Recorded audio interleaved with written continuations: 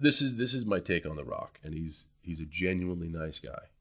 I've met him. He's a fantastic human being. What I kind of get peeved about is, and this I guess this is my flaw. This is my Achilles heel, because I hear it every day with young talent, with mid-card talent, with people aspiring to make it in this business. I hear, I've wanted to do this my whole life. Rock falls into that category. He at one point loved wrestling and wanted to do this all of his life. Then explain to me why he can't come back for a 15th anniversary show, or why he can't make an appearance at WrestleMania.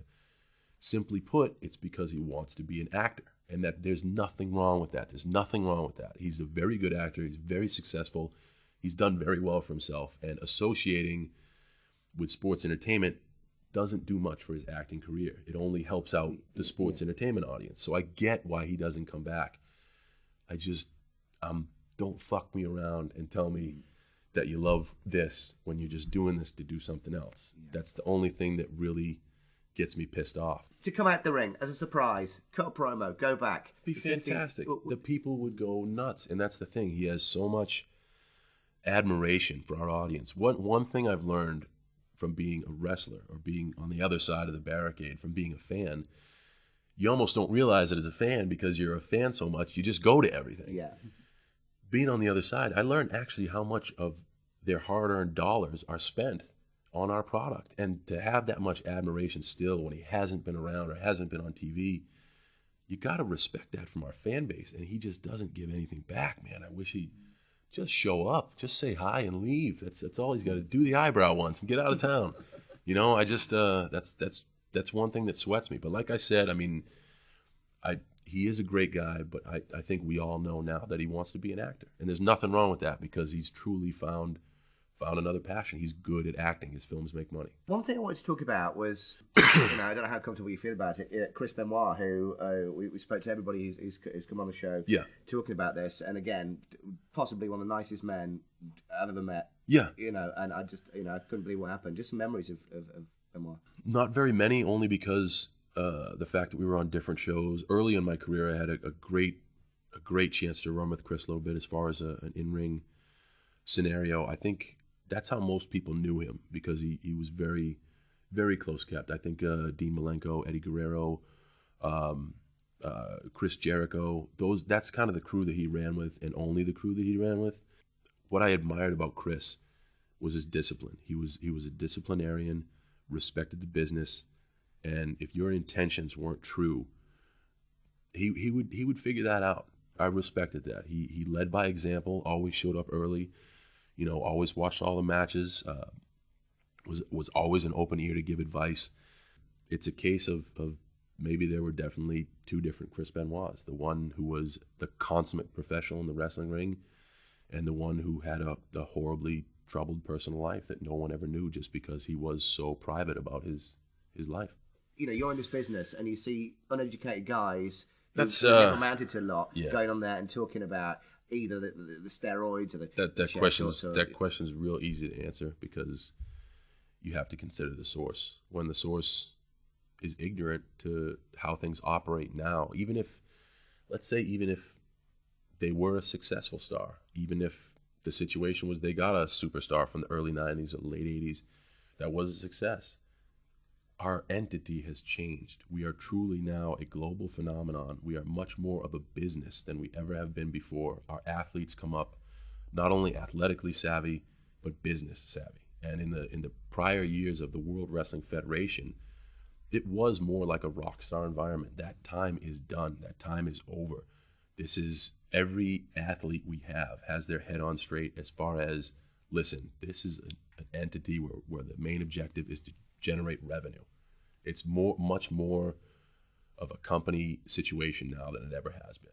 So to get someone's testimony from the late 80s, early 80s, the 90s is completely inaccurate, because the product itself has changed so much. The way that TV is done, the way that pay-per-views are done, the way that the athletes are treated, the testing policy, all that stuff now equates to what is the new WWE, and it is much, much larger, which is why it's under much more scrutiny. In the early 80s and the 90s, you used to have guys on TV like Hulk Hogan saying, we don't do this stuff. It's not like that. It was superstar Billy Graham's era. Yeah. We're all clean now. Yep. So, what is there? How do we know that it's truthful now when it wasn't? Obviously wasn't truthful back then. That's, and I've tried to make this point a million times, you never know that it's truthful. You basically, it's a matter of opinion. It always has been. It always will be. An athlete's best defense is his record. If there is a drug testing policy and you pass every drug test, as an athlete, that's the best you can do to say, look, guys, I'm clean. Like, I can go on air and say, hey, I'm not on steroids, and prove it with 6 clean tests last year, 8 the year before. Like, I'm clean. But as soon as I say that, there's people on the internet going, no, I know he's on steroids. I know he's on this and that. That's an argument that I've been fighting since I've been 16 years old, that I know for a fact that I can never win. So I'll never get in a screaming match, and I'll never get in an argument. Performance-enhancing drugs work. They will always be in any aspect of athleticism that has to do with performance. They make the drugs work. It basically comes down to an athlete's personal choice. Now, whether they want to go up on the stand and lie about it, that's also their personal choice that they have to deal with. Hulk Hogan had to really, really backpedal himself into a series of apologies and telling everybody that it wasn't the right thing to do. So you take it upon yourself as an athlete. If you're on some shit and you go out there and say, I'm clean, and you get busted, your integrity, your word, which is pretty much in this business, all you have to stand on, is fucked. And what about these loopholes that we've heard about, things like testosterone replacement therapy?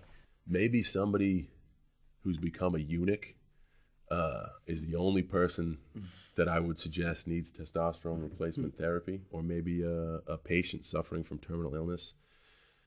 I don't buy or believe any of that. This is my take on the whole thing.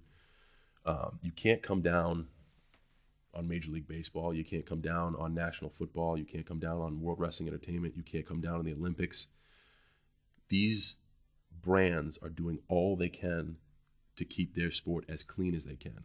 It's the athlete's individual choice, but on top of that, these products are illegal. Every time someone is busted, like in our system, you get caught, it's a 30-day suspension. Do you know what it should be? Call the authorities and have somebody fucking go to jail. In Major League Baseball, if you get caught, you're suspended 5 games. They play 5 games in a week. That could be a week suspension. If you increase the risk, you'll decrease the use. So start arresting guys. Start throwing guys in jail. I guarantee you, go ahead, try it. If you get caught, not only will you go to jail, but we'll make everybody know that you never existed. Like, that's a strong statement. If they were to do that, and that's where the law needs to get involved. If I'm on the street corner sniffing cocaine, I'm going to jail. That's period, point blank. You get busted for steroids, they're just as illegal as cocaine. The penalty should fit the crime, and it doesn't. But as a company, we are doing the best we can to not only protect our athletes, to try to rehab our athletes, and to basically keep them involved in the program. As long as they let the brands govern the suspension, there's going to be scrutiny, there's going to be talk, and there'll be people trying to cheat the system. That's just the way it is. And finally, one question from me. I was very proud. I made the front cover of Men's Health magazine. Holy shit. Right. How do you get a body? Right, look at that. That's 6 weeks. And...